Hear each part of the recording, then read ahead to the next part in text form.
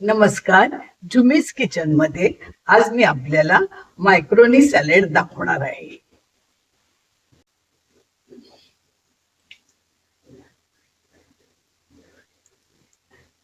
आता मायक्रोनी आपण गरम पाण्यात घालून घ्यायची.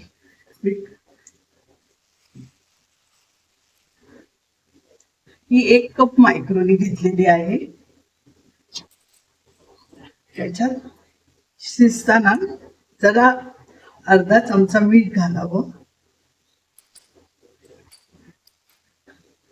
आणि थोडस तेल घालावं, म्हणजे मायक्रोनी एकमेकाला चिकटत नाही. आणि ही गव्हाची मायक्रोनी आहे.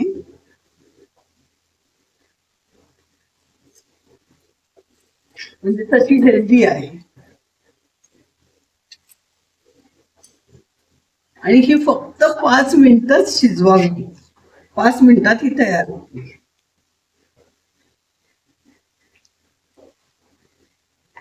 तर ही आपली मायक्रोनी शिजली आहे बघा.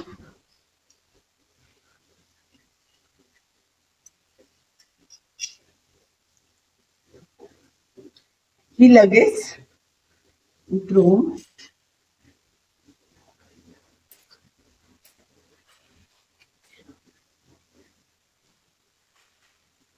पाण्यातून काढून घ्यावी.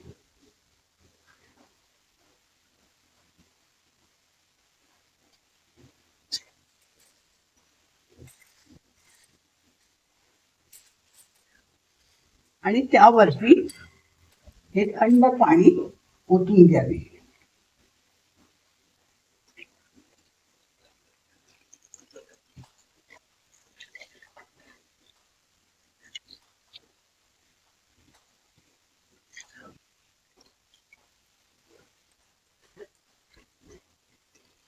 थंड पाणी ओतल्यामुळे ती सेपरेट होते, एकमेकाला चिकटत नाही. आता आपण हे पाणी काढून टाकूया. आता या शिजलेल्या मायक्रोनीवर थोडस तेल घालून घ्यावं, म्हणजे ती एकमेकाला चिकटणार नाही. आणि सगळीकडनं फिरवून घ्यावं, म्हणजे ही अशी सेपरेट राहील. मायक्रोनी ही सगळी लहानांपासून मोठ्यांपर्यंत सगळ्यांना आवडते. याच्यासाठी लागणारं साहित्य: 2 कप दही. मायक्रोनी आपली तयार आहे. ब्रेडचे मी चौकोनी असे लहान तुकडे करून घेतले आहे आणि ते जवळजवळ 5 तास मी सुकत ठेवले होते, कारण ते ब्रेड असे कडक झाले की तळताना तेल त्यात जास्त येत नाही. आणि 1 कप डाळिंबाचे दाणे.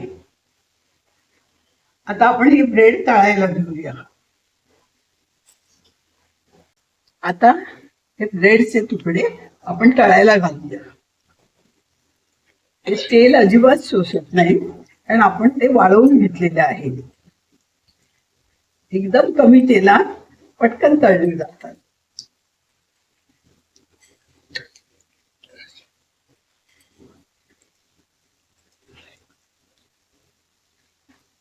आता हे आपण काढून घेऊया.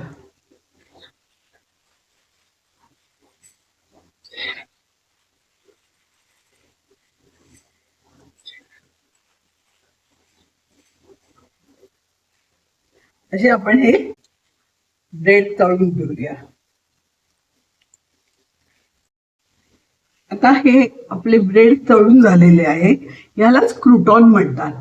आणि समजा तुम्ही ब्रेड वाळवले नाहीत तरी तळले तरी टिश्यू पेपरवर घाला, म्हणजे सर्व तेल बाहेर पडेल.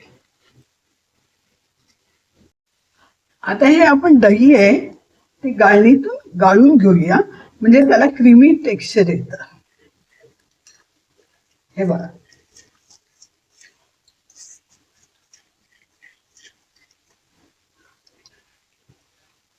तुम्हाला जर माझी रेसिपी आवडली असेल तर मला सबस्क्राईब करा, बेल आयकॉन बटन क्लिक करा, म्हणजे माझे पुढील सर्व व्हिडिओ आपल्याला बघायला मिळतील. आता हे दही गाळल्यामुळे त्याला क्रीमी टेक्स्चर आलेलं आहे. तर आपण त्याच्यात आता अर्धा चमचा मीठ, 1 चमचा साखर, छोटा, तुम्हाला गोड जास्त आवडत असेल तर जास्त घालू शकता, आणि जिरा पावडर 1 चमचा. आता हे मिक्स करून घेऊया. याच्यातच आपण आता डाळिंबाचे दाणे मिक्स करून घेऊया.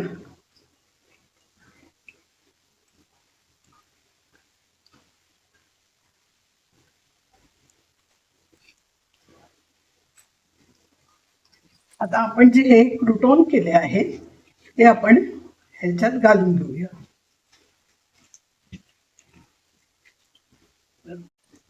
आता हे आपण क्रुटॉन घालून घेतलेले आहे. आता हे सर्व दह्यात मिक्स करायचं आणि अगदी आयत्या वेळेस ही मायक्रोनी घालायची आणि फ्रीज मध्ये थंड करायला ठेवायचं. हे सॅलड खूप छान लागतं.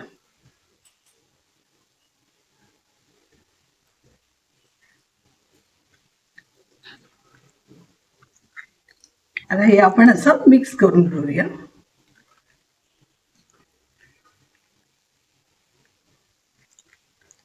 आता आपण प्लेटिंग करून घेऊया. आता ही आपली रेसिपी तयार झालेली आहे. धन्यवाद.